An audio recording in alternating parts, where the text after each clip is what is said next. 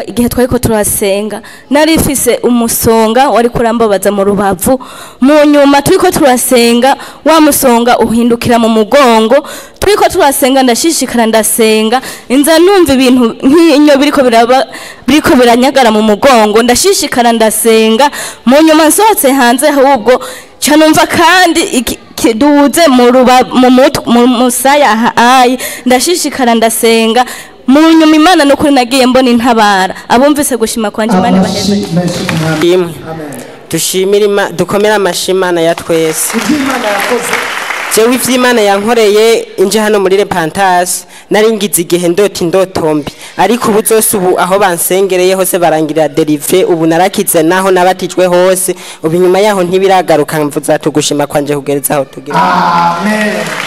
Nari navuze mu kimenyetso cerekana kubohoka indoto zizohagarara aha ngomba kuri ku mafaranga rero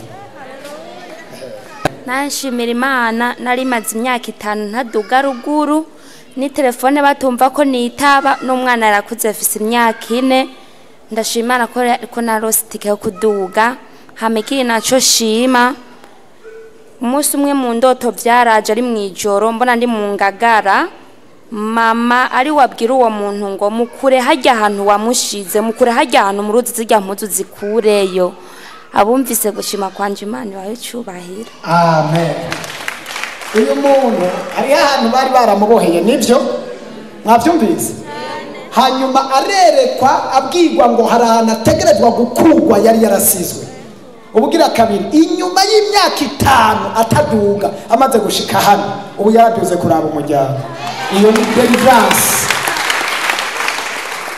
Yesu ashimwe. Ikintu nje gushimira Imana ku munsi wa kabiri naraje nganje gusenga hama nari mfise imitwaro umwe muri bo nari mfise umutwaro w'abagenzi banje bari bafunzwe bazira ko bivye amakinga kuri uwo munsi ndashimira Imana masaha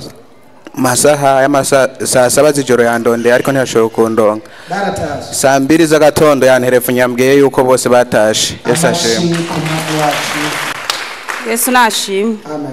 Yesu nashimwe kandi aje mpagaze ngaha nshimira Imana amubona deliverance ikora ikintu gihambaye uyu mwana wanje ntiyarafise umushatsi ngaha bari baramumoye ntare ariko murabona ko umushatsi awufise ikindi naco mpagaze ngaha nshimira Imana uyu mwana ntiyicara yari umwana agenda kandi yari umwana avuga biranka ko asubira kuvuga biranka ko agenda aranyogomba nk'inzoka ariko ico nshimira Imana umwana ari vyura kicara kandi ndamugaburira agafungura nk'abandi ico rero mumve igushima kwanje kandi Imana ibandanye baheze kirakomeye bantu yanyu cyane gose haguruka.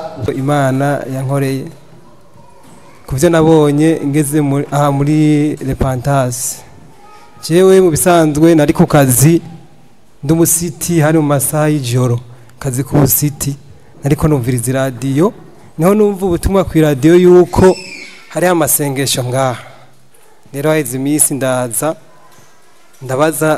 ndatinda ndahatora maze gushika ngaha baravuga yuko bagira deliverance niho nahura n'umukozi w'Imana ndamwiganira ibibazo nagize aravuga ati Imana iragukiza kandi iragucurura kuko bari baragucuritse niko umukozi w'Imana yambariye kandi Imana izokubwira neza atamisi iheze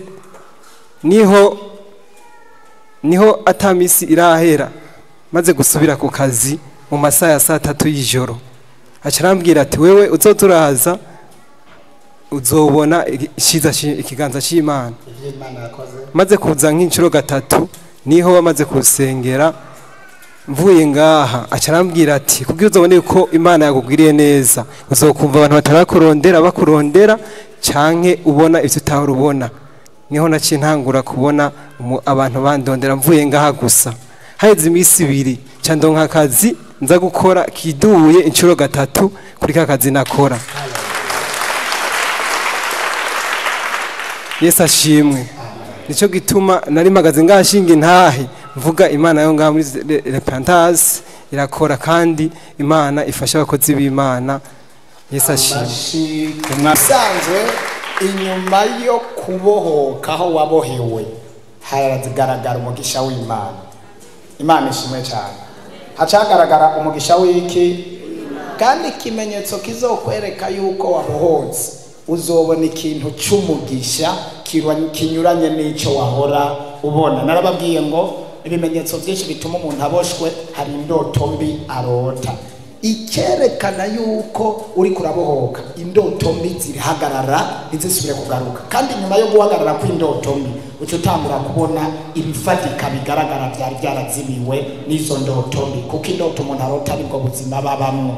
Igihe urota unanirwa, urota ugwa mu binogo, urota uhomba, urota uri mu ishuri, wama mw'ubwo buzima bitanguye guhagarara, rero uca utangura kurota indoto, uca utangura kwakira amasezerano yawe. Ibintu mpingura kwa kabiri naravuye kurangura ibikoresho, shitse muhira numva akantu gatanguye kunjya mu ntege, kuguruca kuba paralize, biranka ko subira guhagarara, nkagenda ku kibando, biranka gose, nkumva ibintu binjya gose umubiri wose. Ku mugoroba nkasizere kuwa gatatu aca haza umuntu yigira indani, umuhungu dukorana nkoresha, baca baragwana. Ndabwira reka kugwana, ndahugwanira ngaha, kugwana nibibi, nacyo kugura ko kurangira sishobora no gutabara. Cyaraza umupolisi aramfasha arabasohora. Kwahuguru biranka cyabyanka kusura kwinjira mu ruganda indani. Cyahaza umumama arambwira ati rero gasongwe nibiki kuri kurabuze induru kuhugura, cyo kuguru kwabaye paralyze. Rero ngo reka ndagusengere, hamuto cyamanuka ku rusengero kujya umunani kumutakura, bazoca gusengera niba navyokunda. Reka ndabyizere, uhoraho carantabara. Uno munsi mu gitondo kare saa 10 nkivyiyumvira ko ngomba kuza kwa kuguru, nashitse ngaha kwamaze gukira. Yesu ashimwe. Amen. Umuntu yagendera ku kibando yabaye paralize, byanka ko natabara, byanka ko yinjira no mu nzu, kwiyumvira kuza hano gusa yakiriye mu nzira. Yesu nashimwe. Nari ndashima Imana, nari naduze ruguru nashitse amahoro ngaruka yandi, kandi nkabashima Imana ko hari igikorwa yakoze kandi gikomeye cyane. Nongeye gushima Imana ko hari ikintu yavuganye nanje, kandi rambwira ngo nisenge cyane, kandi icyo kintu nakibonye. Imana yarambwiye ko haje igeragezwa ry'ideni, kandi byarakomeye cyane aho kugeraho mu kwezi kwa nashende pasa hafi miliyoni 2. Mu nyuma Imana yarambwiye ati ntugire ubwoba, nzobana nawe kandi nzoyagusubiza. Hari ikindi kintu Imana yashikora kiri ntangaza cyane. Nuguruye ahantu ndeko ndakora hamahazi ifuhe ry'abadayimoni. Umuntu umwe araza aravuga ngo ko mbona ari karakora hajya ahantu, ngomba ndangerageza uburyo bwose ndamuduza ibeyi ndahatware.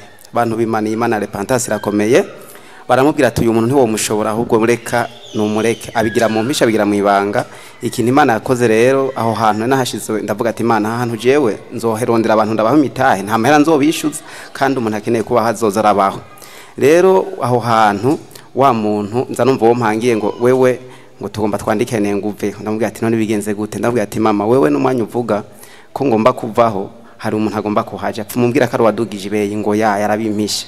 Mu nyuma gihe cyo kudusubiza vasi naze mbona wa muntu umwenyene yari yamvuze ko ari bagomba kuhatwara, mbona ni wampaye amafaranga. Ndavuga ati Imana vy'ukuri nimba hahana amafaranga ndahakura 10 ndagitanga, nkaba kandi nemera nkatanga umutaho umuntu agakora, hama umutaho atazonsubiza agakora kandi akarara. Ndazi neza ko ico ciza utoreka kucibuka. Uwo muntu ubwo nyene amaze kuhaja, baye bamubwiye mu nyuma ati amafaranga yawe yose wa depashe ubu harabaye vurugu no kuzakurondera, kandi ntituzi ko tuzona yaronka abantu hacarahagarikwa kugira isaha naka kanya. Wa muntu yashambwira avuga ati bwa bundi kwera urasenga. Baramubwira ati ntavyo waruzi. Hama dekati yari yambwiye ati none we ko twakubwiye ntibagusubiza amafaranga utogenda ukwenda. Avuga ati genda umukozi w'Imana singomba kwigwa ndavurugana, muga ndazi ko Imana senga izokora igitangaza. Rero nkabashima Imana ko yashe yugura kandi kagezi. Ubu ndashima Imana ko n'ubu Imana iri kirabikora. Imana ihabwa icyubahiro. Amen. Umuntu arawugendana aho ushika hose, Imana yaraguteguriye umugisha, bazokurwanya uburyo ibubafu hazo wundi mugisha. Yesu nashimwe. Twe turafise Imana ituvugira.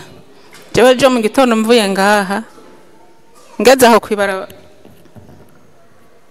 kwibarabara ntaha, nagiye numva umuntu antelefona arambaza turi hehe. Ndamubwira je mvuye kumutakura, sinashatse kuvuga ko mvuye ngaha, namubwiye mvuye kumutakura. Ati none we ko baguhamagaye bakakubura? Ndavuga bahamagaye hehe? Ati we ntavyuzi, turi muri Asiatique, hari aga formation turimwo kimisi ngahe. aha rero haragoye no kuronka bisi ariko naragerageje ndashikayo 4:30 sanga batanguye kwiga ariko ndaza kwipresentana je nashitse kubera utaraza baca bakuramplasa n'uwundi hanyuma rero ndagenda ndiga ndaheza ico kiraka ntikiratangura ariko kizoza mu misiza n'ikigihugu je rero ndavuga nti Imana ni nziza igicaniro ca repentance kiratuvugira kuko aho hantu sinigeze nza kusaba akazi nta kiraka nasavye ariko nasanze izina ryanje ririho ni nimero do telefone ziriko Imana nishimwe